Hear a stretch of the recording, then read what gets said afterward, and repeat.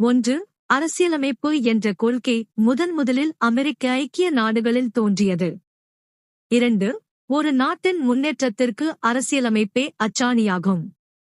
3. 1946ஆம் ஆண்டு அமைச்சரவை தூதுக்குழு திட்டத்தின் கீழ் இந்திய அரசியலமைப்பு நிர்ணய சபை உருவாக்கப்பட்டது. 4. அரசியலமைப்பு நிர்ணய சபையில் மாகாண பிரதிநிதிகள் 292 பேர் இருந்தனர். 5. சுதேச அரசுகளின் நியமன உறுப்பினர்கள் 93 பேர் இச்சபையில் இருந்தனர். 6. பலுச்சிஸ்தான் சார்பில் ஒருவரும் மாகாண முதன்மை ஆணையர்கள் சார்பில் 3 என மொத்தம் 389 உறுப்பினர்கள் இருந்தனர். 7. அரசியலமைப்பு நிர்ணய சபையின் முதல் கூட்டம் 1946ஆம் ஆண்டு டிசம்பர் 9ஆம் நாள் நடைபெற்றது. 8. இச்சபையின் தற்காலிக தலைவராக மூத்த உறுப்பினர் டாக்டர் சச்சிதானந்த சின்ஹா தேர்ந்தெடுக்கப்பட்டார். 9. கூட்டத்தொடர் நடந்து கொண்டிருக்கும் போதே சச்சிதானந்த சின்ஹா காலமானார். 10. சின்ஹாவின் மறைவுக்குப் பின் டாக்டர் ராஜேந்திர பிரசாத் தலைவராக தேர்ந்தெடுக்கப்பட்டார். 11. இச்சபையின் துணைத் தலைவர்களாக எச்.சி. முகர்ஜி மற்றும் வி.டி. கிருஷ்ணமாச்சாரி ஆகிய இருவரும் தேர்ந்தெடுக்கப்பட்டனர். 12. இந்த அரசியலமைப்பு நிர்ணய சபை மொத்தம் 11 அமர்வுகளாக நடைபெற்றது. 13. இக்கூட்டத்தொடர் மொத்தம் 166 நாட்கள் நடைபெற்றது. 14. இக்கூட்டத்தின் விவாதங்களின் போது சுமார் 2473 திருத்தங்கள் முன்வைக்கப்பட்டன. 15. இந்திய அரசியலமைப்பு சட்ட வரைவு குழுவின் தலைவராக டாக்டர் பி.ஆர். அம்பேத்கர் செயல்பட்டார். 16. Doctor B.R.. அம்பேத்கர் இந்திய அரசியலமைப்பின் தந்தை என அழைக்கப்படுகிறார். 17. இந்திய அரசியலமைப்பு சட்டம் உலகின் எழுதப்பட்ட அனைத்து அரசியலமைப்புகளையும் விட மிகவும் நீளமானது. 18. இச்சட்டம் பெரும்பாலான விதிகளை பல்வேறு நாடுகளின் அரசியலமைப்புகளிலிருந்து பெற்று உருவாக்கப்பட்டது. 19. இந்திய அரசியலமைப்பு பகுதி நெகிழும் தன்மையும் பகுதி நெகிழா தன்மையும் கொண்டது. 20. இது கூட்டாட்சி முறை அரசாங்கத்தை மத்திய மாநில அரசுகள் ஏற்படுத்துகிறது. 21. இந்தியாவை ஒரு சமயச்சார்பற்ற நாடாக்குகிறது. 22. சுதந்திரமான நீதித்துறையை இச்சட்டம் வழங்குகிறது. 23. 18 வயது நிரம்பிய அனைவருக்கும் எந்தவித பாகுபாடுமின்றி வாக்குரிமை வழங்குகிறது. 24. இந்தியா முழுவதும் ஒரே மாதிரியான ஒற்றை குடியுரிமையை வழங்குகிறது. 25. பிரேம் பெஹாரி நரேன் ரைஜடா என்பவரால் இந்திய அரசியலமைப்பு சட்டம் இத்தாலிய பாணியில் அவரது கைப்பட எழுதப்பட்டது. 26. முகவுரை என்ற சொல் அரசியலமைப்பிற்கு அறிமுகம் அல்லது முன்னுரை என்பதை குறிக்கிறது. 27. முகவுரை அரசியலமைப்பின் சுருக்கம் அல்லது சாராம்சத்தை கொண்டுள்ளது. 28. முகவுரை அரசியலமைப்பின் திறவுகோல் என்று அழைக்கப்படுகிறது. 29. டிசம்பர் 13, 1946ஆம் ஆண்டு ஜவஹர்லால் நேருவின் குறிக்கோள் தீர்மானத்தின் அடிப்படையில் முகவுரை அமைந்துள்ளது. 30. இக்குறிக்கோள் தீர்மானம் ஜனவரி 22, 1947ஆம் ஆண்டு அரசியலமைப்பு நிர்ணய சபையால் ஏற்றுக்கொள்ளப்பட்டது. 31. முகவுரை 1976ஆம் ஆண்டு 42வது அரசியலமைப்பு சட்டத்திருத்தத்தின்படி ஒரே ஒரு முறை திருத்தப்பட்டது. 32. இத்திருத்தத்தின்படி சமதர்மம், சமயச்சார்பின்மை, ஒருமைப்பாடு என்ற 3 புதிய சொற்கள் முகவுரையில் சேர்க்கப்பட்டன. 33. இந்திய மக்களாகிய நாம் என்ற சொற்களுடன் இந்திய அரசியலமைப்பின் முகவுரை தொடங்குகிறது. 34. இந்தியாவை ஒரு இறையாண்மை மிக்க, சமதர்ம, சமயச்சார்பற்ற, ஜனநாயக குடியரசு என்று முகவுரை கூறுகிறது. 35. 1789ஆம் ஆண்டு பிரெஞ்சு புரட்சியின் போது சுதந்திரம், சமத்துவம், சகோதரத்துவம் ஆகிய முக்கிய முழக்கங்கள் உருவாயின. 36. குடியுரிமை என்பது சிவிஸ் என்ற இலத்தீன் சொல்லிலிருந்து பெறப்பட்டது. இதன் பொருள் நகர அரசில் வசிப்பவர் என்பதாகும். 37. அரசியலமைப்பின் பகுதி 2 சட்டப்பிரிவுகள் 5 முதல் 11 வரை குடியுரிமை பற்றி குறிப்பிடுகிறது. 38. 1955ஆம் ஆண்டின் குடியுரிமைச் சட்டம் குடியுரிமை பெறுதல் மற்றும் இழத்தல் ஆகியவற்றை விளக்குகிறது. 39. இக்குடியுரிமைச் சட்டம் அரசியலமைப்பு சட்டத்திருத்தத்தால் இதுவரை 8 முறை திருத்தப்பட்டுள்ளது. 40. குடியுரிமைச் சட்டம் 1955 படி குடியுரிமையினை பெற 5 வழிகள் உள்ளன. பிறப்பு, வம்சாவளி, பதிவு செய்தல், இயல்புரிமை, பிரதேச இணைவு. 41. குடியுரிமையை இழக்க 3 வழிகள் உள்ளன. துண்டித்தல், முடிவுக்கு வருதல், இழத்தல். 42. அரசியலமைப்பின் பகுதி 3 12 முதல் 35 வரையிலான சட்டப்பிரிவுகள் அடிப்படை உரிமைகள் பற்றி கூறுகின்றன. 43. இந்திய அரசியலமைப்பின் பகுதி 3 இந்தியாவின் மகாசாசனம் என்று அழைக்கப்படுகிறது. 44. அரசியலமைப்பை உருவாக்கியவர்கள் அடிப்படை உரிமைகளை அமெரிக்க ஐக்கிய நாடுகளின் அரசியலமைப்பிலிருந்து பெற்றனர். 45. தொடக்கத்தில் இந்திய அரசியலமைப்பு 7 அடிப்படை உரிமைகளை வழங்கியிருந்தது. 46. தற்போது 6 அடிப்படை உரிமைகள் மட்டுமே உள்ளன. 47. 1978 ஆண்டு 44வது அரசியலமைப்பு சட்டத்திருத்தத்தின்படி சொத்துரிமை பிரிவு 31 அடிப்படை உரிமைகள் பட்டியலிலிருந்து நீக்கப்பட்டது. 48. சொத்துரிமை தற்போது பகுதி 12 பிரிவு 300A இன் கீழ் ஒரு சாதாரண சட்ட உரிமையாக வைக்கப்பட்டுள்ளது. 49. சட்டப்பிரிவு 14 சட்டத்தின் முன் அனைவரும் சமம். 50. சட்டப்பிரிவு 15 மதம், இனம், சாதி, பாலினம் மற்றும் பிறப்பிடம் ஆகியவற்றின் அடிப்படையில் பாகுபடுத்துவதை தடை செய்தல். 51. சட்டப்பிரிவு 16 பொது வேலைவாய்ப்புகளில் சம வாய்ப்பளித்தல். 52. சட்டப்பிரிவு 17 தீண்டாமையை ஒழித்தல். 53. சட்டப்பிரிவு 18 இராணுவ மற்றும் கல்விசார் பட்டங்களைத் தவிர மற்ற பட்டங்களை ஒழித்தல். 54. சட்டப்பிரிவு 19 பேச்சுரிமை, கருத்து தெரிவிக்கும் உரிமை, அமைதியான முறையில் கூடுவதற்கான உரிமை, சங்கங்கள் அமைக்க, இந்தியாவில் வசிக்க, தொழில் செய்ய உரிமை. 55. சட்டப்பிரிவு 20 குற்றச்சாட்டப்பட்ட நபர்களுக்கான உரிமை மற்றும் தண்டனைகளிலிருந்து பாதுகாப்பு பெறும் உரிமை. 56. சட்டப்பிரிவு 21 வாழ்க்கை மற்றும் தனிநபர் சுதந்திரத்திற்கு பாதுகாப்பு பெறும் உரிமை. 57. சட்டப்பிரிவு 21A தொடக்க கல்வி பெறும் உரிமை. இது அடிப்படை உரிமையாக சேர்க்கப்பட்டுள்ளது.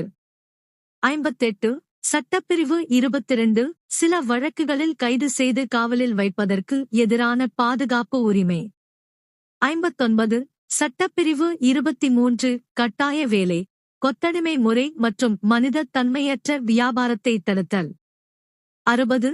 சட்டப்பிரிவு 24 தொழிற்சாலைகள் மற்றும் ஆபத்தான இடங்களில் குழந்தை தொழிலாளர் முறையை தடுத்தல். 61. சட்டப்பிரிவு 25 எந்த ஒரு சமயத்தினை ஏற்கவும், பின்பற்றவும், பரப்பவும் உரிமை. 62. சட்டப்பிரிவு 26 சமய விவகாரங்களை நிர்வகிக்கும் உரிமை. 63. சட்டப்பிரிவு 27 எந்த ஒரு குறிப்பிட்ட மதத்தையும் பரப்புவதற்காக வரி செலுத்துவதற்கு எதிரான சுதந்திரம். 64. சட்டப்பிரிவு 28 மதம் சார்ந்த கல்வி நிறுவனங்களில் நடைபெறும் வழிபாடுகளில் கலந்து கொள்ளாமல் இருக்க உரிமை. 65. சட்டப்பிரிவு 29 சிறுபான்மையினரின் எழுத்து, மொழி மற்றும் கலாச்சார பாதுகாப்பு. 66. சட்டப்பிரிவு 30 சிறுபான்மையினரின் கல்வி நிறுவனங்களை நிறுவி, நிர்வகிக்கும் உரிமை. 67. சட்டப்பிரிவு 32 அரசியலமைப்புக்கு உட்பட்டு தீர்வு காணும் உரிமை.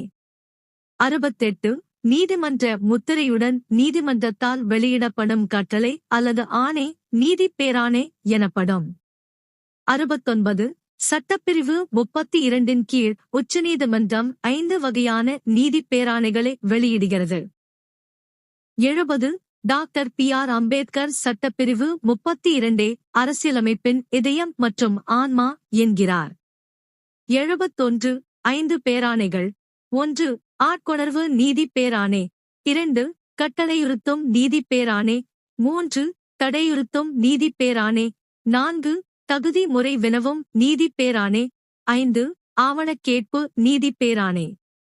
72.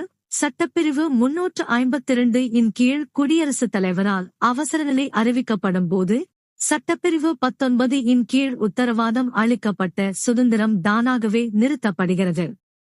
73 அவசர நிலையின் போதும் குடியரசுத் தலைவரால் சட்டப்பிரிவு 20 மற்றும் 21 இன் கீழ் வழங்கப்பட்ட உரிமைகளை நிறுத்த முடியாது.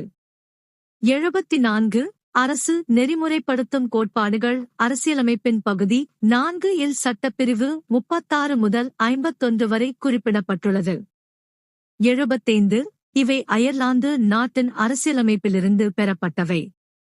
76 இவை நீதிமன்றங்களால் கட்டாயப்படுத்த முடியாதவை, ஆனால் சட்டங்கள் இயற்றும் போது அரசு கவனிக்க வேண்டியவை. 77 டாக்டர் பி.ஆர். அம்பேத்கர் இக்கோட்பாடுகளை புதுமையான சிறப்பம்சம் என்று விவரிக்கிறார்.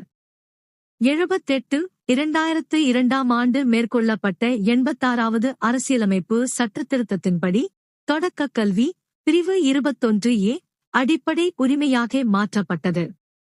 79 சட்டப்பிரிவு 45 திருத்தப்பட்டு 6 வயது வரையுள்ள குழந்தைகளுக்கு ஆரம்பகால குழந்தை பராமரிப்பு மற்றும் கல்வியை வழங்க அரசு முயல வேண்டும் என மாற்றப்பட்டது. 80 அடிப்படை கடமைகள் முன்னாள் சோவியத் யூனியன் அரசியலமைப்பின் தாக்கத்தால் உருவானவை. 81 1976ஆம் ஆண்டு அமைக்கப்பட்ட ஸ்வரன் சிங் குழு அடிப்படை கடமைகள் குறித்து ஆராய பரிந்துரைத்தது. 82 1976ஆம் ஆண்டின் 42வது சட்ட திருத்தம் அரசியலமைப்பில் பகுதி 4A மற்றும் சட்டப்பிரிவு 51A என்ற புதிய பிரிவுகளைச் சேர்த்தது. 83 தொடக்கத்தில் சட்டப்பிரிவு 51A இன் கீழ் 10 அடிப்படை கடமைகள் மட்டுமே இருந்தன. 84 2002இல் சேர்க்கப்பட்ட 86வது சட்ட திருத்தத்தின்படி தற்போது மொத்தம் 11 அடிப்படை கடமைகள் உள்ளன. 85 மத்திய மற்றும் மாநில அரசுகளுக்கு இடையேயான உறவுகளை அரசியலமைப்பின் பகுதி 11 சட்டப்பிரிவுகள் 245 முதல் 263 வரை குறிப்பிடுகிறது. 86 மத்திய மாநில அரசுகளுக்கு இடையேயான அதிகாரப் பகிர்வு 7வது அட்டவணையில் தரப்பட்டுள்ளது. 87 7வது அட்டவணையில் 3 பட்டியல்கள் உள்ளன: மத்திய பட்டியல், மாநில பட்டியல், பொது பட்டியல். 88 தொடக்கத்தில் மத்திய பட்டியலில் 97, மாநில பட்டியலில் 66, பொது பட்டியலில் 47 துறைகள் இருந்தன. 89 தற்போது மத்திய பட்டியலில் 100, மாநில பட்டியலில் 61, பொது பட்டியலில் 52 துறைகள் உள்ளன. 90 1976ஆம் ஆண்டு 42வது சட்ட திருத்தத்தின்படி மாநில பட்டியலிலிருந்து 5 துறைகள்: கல்வி, காடுகள், எடைகள் மற்றும் அளவைகள், பறவைகள் மற்றும் வனவிலங்குகள் பாதுகாப்பு, உச்ச மற்றும் உயர் நீதிமன்றங்களைத் தவிர பிற நீதிமன்றங்களின் நீதி நிர்வாகம் பொது பட்டியலுக்கு மாற்றப்பட்டன. 91 1969இல் மத்திய மாநில அரசு உறவுகள் குறித்து ஆராய தமிழக அரசு டாக்டர் டி.வி. ராஜமன்னார் தலைமையில் மூவர் குழு ஒன்றை அமைத்தது. 92 அலுவலக மொழிகள் பற்றி அரசியலமைப்பின் பகுதி 17 இல் சட்டப்பிரிவுகள் 343 முதல் 351 வரை விவரிக்கப்பட்டுள்ளது. 93 8வது அட்டவணையில் தொடக்கத்தில் 14 மொழிகள் அங்கீகரிக்கப்பட்டிருந்தன. 94 தற்போது 8வது அட்டவணையின் கீழ் 22 மொழிகள் அங்கீகரிக்கப்பட்டுள்ளன. 95 2004ஆம் ஆண்டு இந்திய அரசு செம்மொழிகள் என்ற புதிய வகைப்பாட்டினை ஏற்படுத்த தீர்மானித்தது. 96 இதுவரை 6 மொழிகளுக்கு செம்மொழி தகுதி வழங்கப்பட்டுள்ளது: தமிழ் 2004இலும், சமஸ்கிருதம் 2005இலும், தெலுங்கு மற்றும் கன்னடம் 2008இலும், மலையாளம் 2013இலும், ஒடிசா 2014இலும். 97 அவசரகால நிலைகள் பற்றி பகுதி 18 இல் சட்டப்பிரிவுகள் 352 முதல் 360 வரை கூறப்பட்டுள்ளது. 98 சட்டப்பிரிவு 352 தேசிய அவசரநிலை, போர் அல்லது வெளிநாட்டவர் ஆக்கிரமிப்பு காரணமாக அறிவிக்கப்படுவது. 99 இந்தியாவில் 1962, 1971, 1975 ஆகிய ஆண்டுகளில் தேசிய அவசரநிலை அறிவிக்கப்பட்டது. 100 சட்டப்பிரிவு 356 மாநில அவசரநிலை. மாநில அரசு கட்டுப்பாட்டை இழக்கும் போது ஆளுநரின் அறிக்கையின்படி குடியரசுத் தலைவர் அறிவிப்பது. 101 பஞ்சாப் மாநிலத்தில்தான் முதலில் 1951 ஆண்டு குடியரசுத் தலைவர் ஆட்சி நடைமுறைப்படுத்தப்பட்டது. 102 சட்டப்பிரிவு 360 நிதி சார்ந்த அவசரநிலை. இந்தியாவின் நிதி நிலைத்தன்மை ஆபத்தில் இருக்கும் போது அறிவிக்கப்படுவது. இது இந்தியாவில் இதுவரை அறிவிக்கப்பட்டதே இல்லை. 103 அரசியலமைப்பு சட்டத்திருத்தம் செய்யும் வழிமுறைகள் பகுதி 20 இல் சட்டப்பிரிவு 368 இல் கூறப்பட்டுள்ளது. 104 நாடாளுமன்றத்தின் இரு அவைகளிலும் அவையின் ஒட்டுமொத்த உறுப்பினர்களில் பெரும்பான்மை மற்றும் வந்திருந்து வாக்களித்தவர்களில் 2/3 பங்கு உறுப்பினர்கள் ஆதரவுடன் மட்டுமே சட்டத்திருத்தம் செய்ய முடியும். 105 அரசியலமைப்பின் 42வது சட்டத்திருத்தம் சிறிய அரசியலமைப்பு என அழைக்கப்படுகிறது. 106 2000ஆம் ஆண்டில் அரசியலமைப்பு செயல்பாடு குறித்து ஆய்வு செய்ய எம். வெங்கடாசலையா தலைமையில் ஒரு தேசிய சீராய்வு ஆணையம் அமைக்கப்பட்டது. 107 2007ஆம் ஆண்டு அரசின் பல்வேறு நிலைகள் குறித்து ஆராய எம். பூஞ்சி தலைமையில் 3 உறுப்பினர்களைக் கொண்ட மற்றொரு ஆணையம் அமைக்கப்பட்டது. Book back question. 108 அரசியலமைப்பு என்ற கொள்கை முதலில் அமெரிக்க ஐக்கிய நாடுகளில் தோன்றியது. 109 அரசியலமைப்பு நிர்ணய சபையின் தற்காலிக தலைவராக டாக்டர் சச்சிதானந்த சின்ஹா தேர்ந்தெடுக்கப்பட்டார். 110 இந்திய அரசியலமைப்பு சட்டம் ஏற்றுக்கொள்ளப்பட்ட நாள் நவம்பர் 26 1949 ஆகும். 111 இந்திய அரசியலமைப்பு சட்டம் நடைமுறைக்கு வந்த நாள் ஜனவரி 26 1950 ஆகும். 112 அரசியலமைப்பின்படி 5 பேராணைகள் சட்டப்பிரிவு 32 இன் கீழ் உச்சநீதிமன்றத்தால் வெளியிடப்படுகின்றன. 113 இந்திய குடிமக்களுக்கு அடிப்படை உரிமைகள் தற்போதைய நிலையில் மொத்தம் 6 வழங்கப்பட்டுள்ளன. 114 இந்தியாவின் மகாசாசனம் என்று அழைக்கப்படும் இந்திய அரசியலமைப்பின் பகுதி 3 ஆகும். 115 உச்சநீதிமன்றம் மற்றும் உயர்நீதிமன்றங்கள் ஆகிய இரண்டும் 5 வகையான நீதிப் பேராணைகளை வெளியிட அதிகாரம் பெற்றுள்ளன. 116 இந்திய அரசியலமைப்பின் சட்டப்பிரிவு 32 அரசியலமைப்பின் இதயம் மற்றும் ஆன்மா என்று டாக்டர் பி.ஆர். அம்பேத்கரால் விவரிக்கப்பட்டது. 117 அடிப்படை உரிமைகளை நிறுத்தி வைக்கும் அதிகாரம் பெற்றவர் இந்திய குடியரசுத் தலைவர் ஆவார். 118 நமது அடிப்படை உரிமைகளை நாம் அமெரிக்க ஐக்கிய நாடுகளின் அரசியலமைப்பிலிருந்து பெற்றோம். 119 பாதுகாப்பு மற்றும் வெளிநாட்டு விவகாரங்கள் போன்ற நாட்டின் முக்கிய துறைகள் மத்திய பட்டியலில் இடம்பெற்றுள்ளன. 120 சட்டம் ஒழுங்கு, காவல் மற்றும் சுகாதாரம் போன்ற உள்ளூர் முக்கியத்துவம் வாய்ந்த துறைகள் மாநில பட்டியலில் இடம்பெற்றுள்ளன. 121 கல்வி, காடுகள், எடைகள் மற்றும் அளவைகள் போன்ற பொதுவான துறைகள் பொது பட்டியலில் இடம்பெற்றுள்ளன. 122 1976ஆம் ஆண்டு 42வது அரசியலமைப்பு சட்டத்திருத்தத்தின்படி 5 துறைகள் மாநில பட்டியலிலிருந்து பொது பட்டியலுக்கு மாற்றப்பட்டன. 123 நாடாளுமன்றத்தின் இரு அவைகளிலும் சட்டத்திருத்த மசோதா நிறைவேற்றப்பட வேண்டும் என்று சட்டப்பிரிவு 368 கூறுகிறது. 124 அரசியலமைப்பின் 42வது சட்டத்திருத்தம் சிறிய அரசியலமைப்பு என்று பிரபலமாக அழைக்கப்படுகிறது. 125 முதலில் 1951ஆம் ஆண்டு பஞ்சாப் மாநிலத்தில் குடியரசுத் தலைவர் ஆட்சி, மாநில அவசரநிலை நடைமுறைப்படுத்தப்பட்டது. 126 முகவுரை என்பது இந்திய அரசியலமைப்பின் சுருக்கம், முன்னுரை அல்லது இதயமாக கருதப்படுகிறது. 127 1976ஆம் ஆண்டின் 42வது சட்டத்திருத்தத்தின்படி சமதர்மம், சமயச்சார்பின்மை, ஒருமைப்பாடு ஆகிய 3 சொற்கள் முகவுரையில் சேர்க்கப்பட்டன. 128 சிவிஸ் என்ற இலத்தீன் சொல்லிலிருந்து பெறப்பட்ட குடியுரிமை என்பதன் பொருள் நகர அரசில் வசிப்பவர் என்பதாகும். 129 1955 ஆண்டின் இந்திய குடியுரிமைச் சட்டத்தின்படி குடியுரிமை பெற 5 வழிகளும் இழக்க 3 வழிகளும் உள்ளன.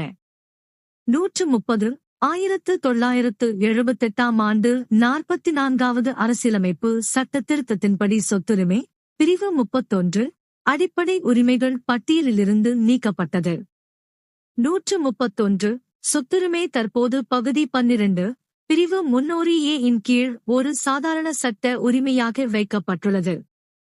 132 கட்டாய வேலை, கொத்தடிமை முறை மற்றும் மனித தன்மையற்ற வியாபாரத்தை தடுத்தல் பற்றி சட்டப்பிரிவு 23 கூறுகிறது. 133 தொழிற்சாலைகள் மற்றும் ஆபத்தான இடங்களில் குழந்தை தொழிலாளர் முறையை தடுத்தல் பற்றி சட்டப்பிரிவு 24 கூறுகிறது. 134 அரசு நெறிமுறைப்படுத்தும் கோட்பாடுகள் அயர்லாந்து நாட்டின் அரசியலமைப்பிலிருந்து பெறப்பட்டவை ஆகும். 135 1976 ஆண்டு அமைக்கப்பட்ட ஸ்வரன் சிங் குழுவின் பரிந்துரையின்படி இந்திய அரசியலமைப்பில் அடிப்படை கடமைகள் சேர்க்கப்பட்டன. 136 1976 ஆண்டின் 42வது சட்ட திருத்தம் அரசியலமைப்பில் பகுதி 4A மற்றும் சட்டப்பிரிவு 51A ஆகிய புதிய பிரிவுகளைச் சேர்த்தது. 137 2002 இல் மேற்கொள்ளப்பட்ட 86வது சட்டத்திருத்தத்தின்படி தற்போதைய நிலையில் மொத்தம் 11 அடிப்படை கடமைகள் உள்ளன. 138 மத்திய மற்றும் மாநில அரசுகளுக்கு இடையேயான உறவுகளை ஆராய 1969 இல் தமிழக அரசு டாக்டர் PV இராஜமன்னார் குழுவை அமைத்தது. 139 இந்திய அரசியலமைப்பின் 8வது அட்டவணையின் கீழ் தற்போது 22 மொழிகள் அங்கீகரிக்கப்பட்டுள்ளன. 140 2004 ஆண்டு இந்திய அரசால் முதலில் தமிழ் மொழிக்கு செம்மொழி தகுதி வழங்கப்பட்டது. 141 இதுவரை இந்திய வரலாற்றில் நிதி சார்ந்த அவசரநிலை சட்டப்பிரிவு 360 ஒருமுறை கூட அறிவிக்கப்பட்டதே இல்லை. 142 2000 ஆண்டில் அரசியலமைப்பு செயல்பாடு குறித்து ஆய்வு செய்ய MN வெங்கடாசலையா தலைமையில் தேசிய சீராய்வு ஆணையம் அமைக்கப்பட்டது. 143 2007 ஆண்டு மத்திய மாநில அரசுகளின் உறவுகள் குறித்து ஆராய MM பூஞ்சி தலைமையில் 3 உறுப்பினர்களைக் கொண்ட ஆணையம் அமைக்கப்பட்டது.